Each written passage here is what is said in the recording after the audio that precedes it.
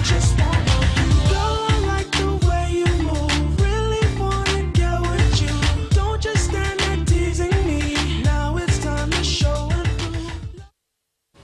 Hello, my name is JJ, still JJ Omojua, and you're welcome to Rubbing Minds. This is the show for the young Nigerian who is very, very interested in what is going on around the country and sometimes across the continent. On today's show, we have a very, very important conversation on the Forex ban on the importation of goods. But before then, I'd like to have a bit of discussion about certain news that happened during the week. So I have a bit of a bad news, I have a very, very good one, then I have one that you have to decide for yourself whether it's a good news or a bad news, but in my opinion, a bad news. So I think I should start with the bad one. Nigeria's former national team, the Super Eagles coach, former Super Eagles coach Samson Siasia, who's also, of course, one of our football legends, was caught in a FIFA match-fixing scandal. He has already said that he didn't do anything and he didn't know anything about it and he's going to clear his name. We hope that he gets to do that, but sometimes when these news come out from organizations like that, you just start to feel like, do you really have a way out? But yeah, he's not been convicted, so we still have reason to believe that he would be able to clear his name. For the not so good news, the former Deputy Speaker of the Senate, Ike Ekweremadu, was attending an event, I think New Yam Festival event in Nuremberg, Germany, and somehow, somewhere, I think on his way out, he was beaten by, some said hoodlums, but I think they are members of the IPOB movement. They beat him up, and I heard that some of those people that beat him up have been arrested. I think there are better ways to express our misgivings and feelings about how people run government or behave in public office, and we hope that the German government will do the right thing on that front. And then finally, the very, very good news. The Tigress, Nigeria's female national basketball team, are again in the finals of the AfroBasket. They are the reigning champions. They won it in 2017, and they are up against Senegal, our perennial foes in football, in the finals later today. We wish them well. But on today's show, I have Tokwe Sulaiman, social commentator. You're welcome on the show. Thank you for having me. And of course, I have Leonard Ebute, nice to meet and you, JJ. Agripreneur. So you guys, you must have been paying attention to the news. It's quite controversial because there's been this insinuation that the central bank governor is supposed to be very, very independent and not take orders from the president. And then all of a sudden, we hear that the president has given an order to the central bank to shut down access to Forex for the importation of food into Nigeria. I think I'll start with you. What do you think? What's your opinion on that? For the independence of the independent CBN, it ought to be because the Act actually says that the CBN should be independent. But from the look of things, it's not clearly independent. And again, on the policy side, the president, it's not exclusively the one in charge of determining who and what policies to be made. The CBN and some group of people in the CBN are the ones that are supposed to be doing this. So for the independence, he has, I feel he has absolutely no right to even give that direction, and you cannot wake up. The president doesn't have the powers to He doesn't have the powers to suggest and to influence what decision the CBN is going to come up with in terms of policy, because I feel like it's going to take quite a while to reach a policy that is actually good enough for the country. So, but for the independence of the CBN, I believe that it's an infringement, and that should not come in any place. Leonard, what's your take on that? Yes, let's not confuse independence with autonomy. Okay. So the CBN is an independent body by law, but the CBN governor has a boss. Okay, that boss is the Nigerian government primarily, to which she is the banker to the Nigerian government. The head of that Nigerian government is the President of the Federal Republic. Your number one customer is, in a sense, your boss. And anybody can make a suggestion on policy. We come on shows like this and we air opinions on policy. So I do not think there has been any direct affront on the president in an Idil Kabir mood, talking about the fact that we are now secure in terms of so you food. think the president has the powers to give the Oh, order? anybody can make a suggestion. No, but no, now not to the suggestion. It was an order. It was not a suggestion. Does he have the powers? You a see, suggestion is different from an order, you know? You see, it can be couched in any manner of ways, right? But when you want to pass an instruction to the CBN governor, it is not during Eid Kabir on a non-working day, sitting in the village surrounded by your followers and hailers. I do not think that so does it deserves. In a village I do not please. think it deserves the description of an order. We can say So it is a serious. I need to ask this question. Yes. Are you saying that the president ceases to have the powers of the president because he's on Salah break? No, I am saying that there are ways and manners in which instructions or executive orders are passed. Okay, so what's your opinion on the order itself? It was not an executive order, by the way, but what's your opinion on the policy itself? I think the policy itself is suspicious. Okay, I mean, yes, we understand from, if you're an economic watcher, you would know that Nigeria has a solvency issue. Nearly half of our external debt are commercial debts. Foreign inflows into this country is on the negative. And so we're at a place where those commercial creditors can make cash calls anytime and will be stuck, okay? So yes, the CBN has a problem right now in terms of managing the treasury, which is one of their big responsibilities. Whether that translates into the kind of bogus statement that the president made, alluding that we are now food secure, and all of that, that's completely false. Nigeria last year imported over 5 million metric tons of wheat. Okay, we can go along the line for different food items. Even the rice we're talking about, if we capture the ones coming illegally through the borders, we are not secure in terms of rice production yet. So it does not tie back to the reason. We are now food secure, so no more food imports. Let me talk about his opinion on this. What are the kind of impacts should we expect? So first, I would like to comment on what he said earlier. For the CBN is not a republic on itself, but the law says it needs to be independent for it to be able to carry out its responsibilities. So if it is to be accountable to anyone, I believe it's to be accountable to the National Assembly, as opposed to the president in itself. So that's for that. So on my view about it, I think it's right now, there've been some ban on some food items dating backwards from the Obasanjo regime. From importing them? From importing them directly, not even on the Forex, from importing those items directly. So going forward, I feel like the foreign exchange ban this time around on this, if it is implemented, is going to be a lot of problem. Because right now, there's not been any explicit definition of what materials should be imported or not be imported. We cannot categorize if they are processed materials, if they are raw materials, or whatever it is at this time. Again, for the question of food security, we are very far from it, extremely far from it. So if the goal for food security is the reason why such pronouncements are made, I think looking at ourselves, we know that it's wrong. Thank you. Leonard, do you think maybe certain things should have been put in place before pronouncements like this? Oh, yes. I mean, and I think the president is taking a cue from the gaffe that the CBN governor himself, you know, committed a few weeks ago when he was talking about potential Forex ban on milk.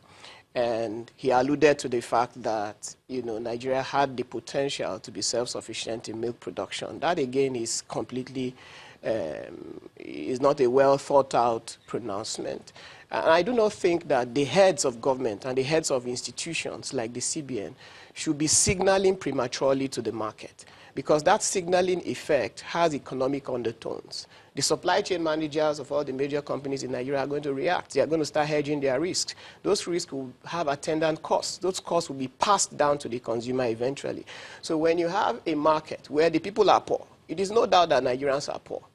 There is no doubt that if you want to manage Forex, the biggest pressure on our Forex is oil.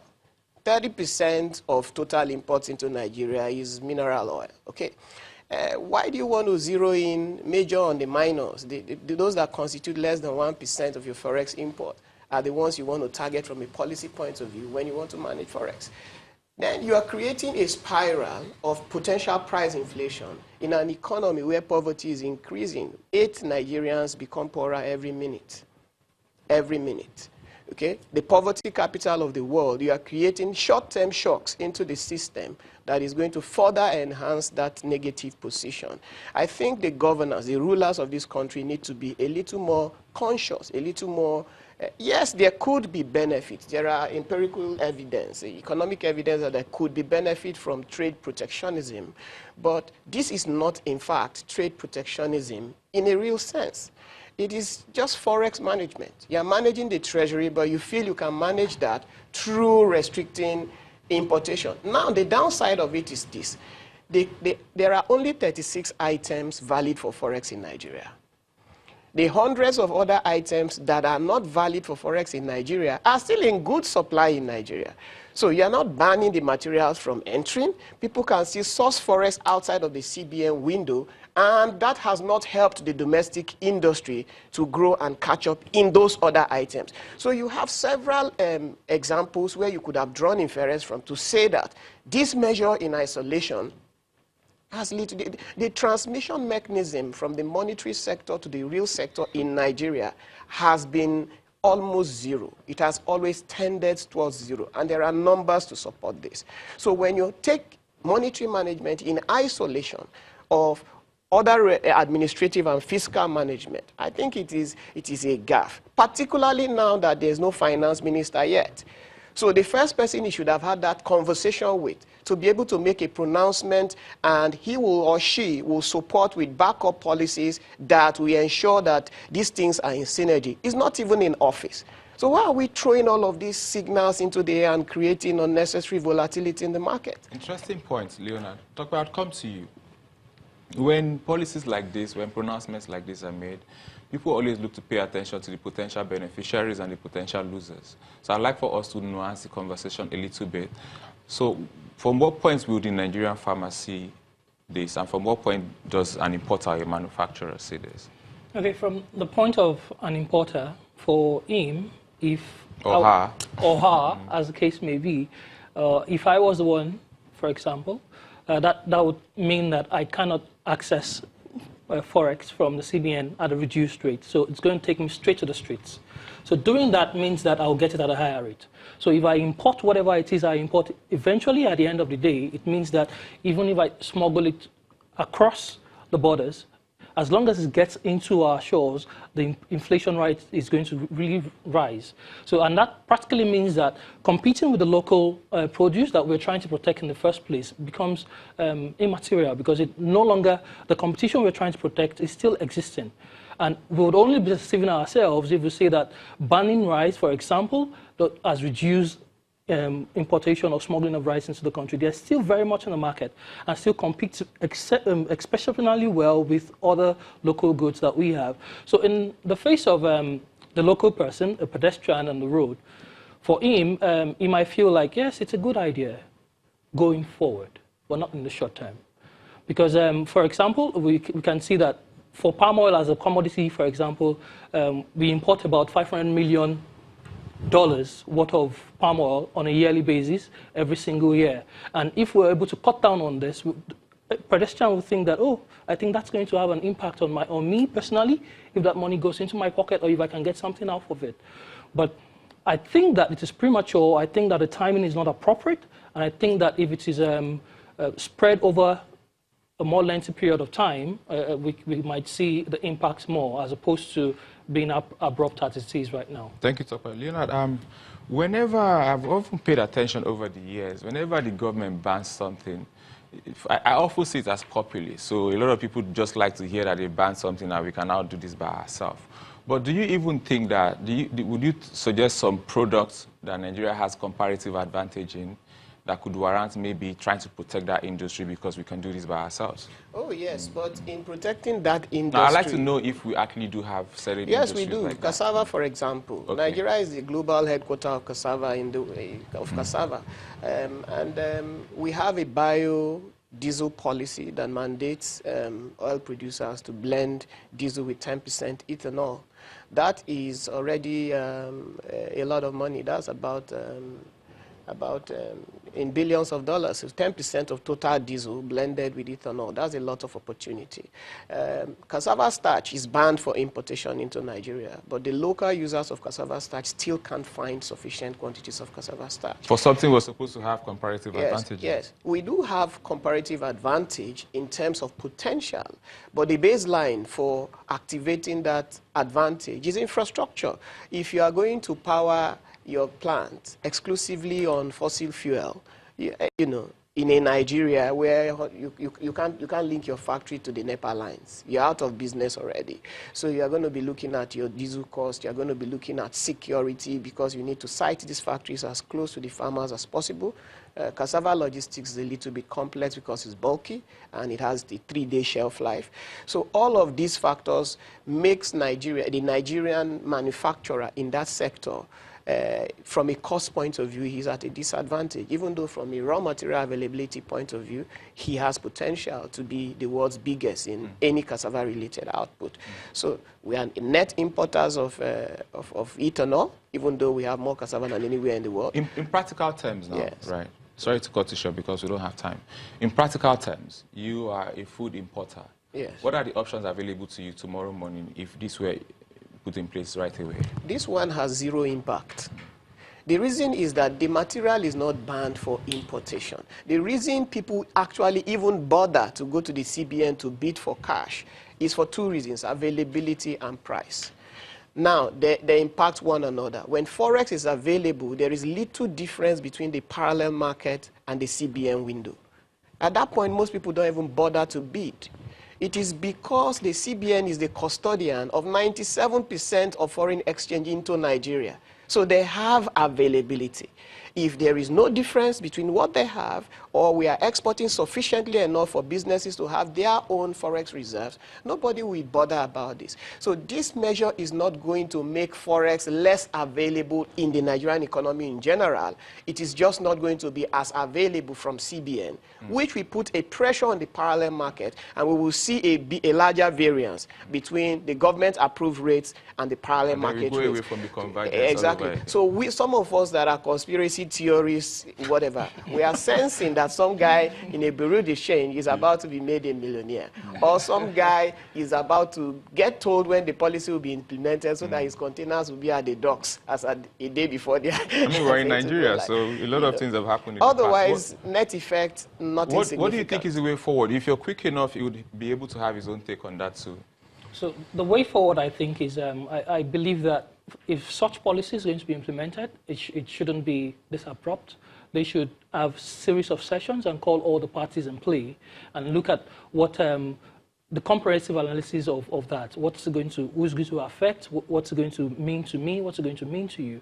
So if that is done, I think it's probable, it has prospects that if such protectionism is actually taking place, that we'll be able to have such progress. Leonard, way forward? Yeah, way forward for me is this.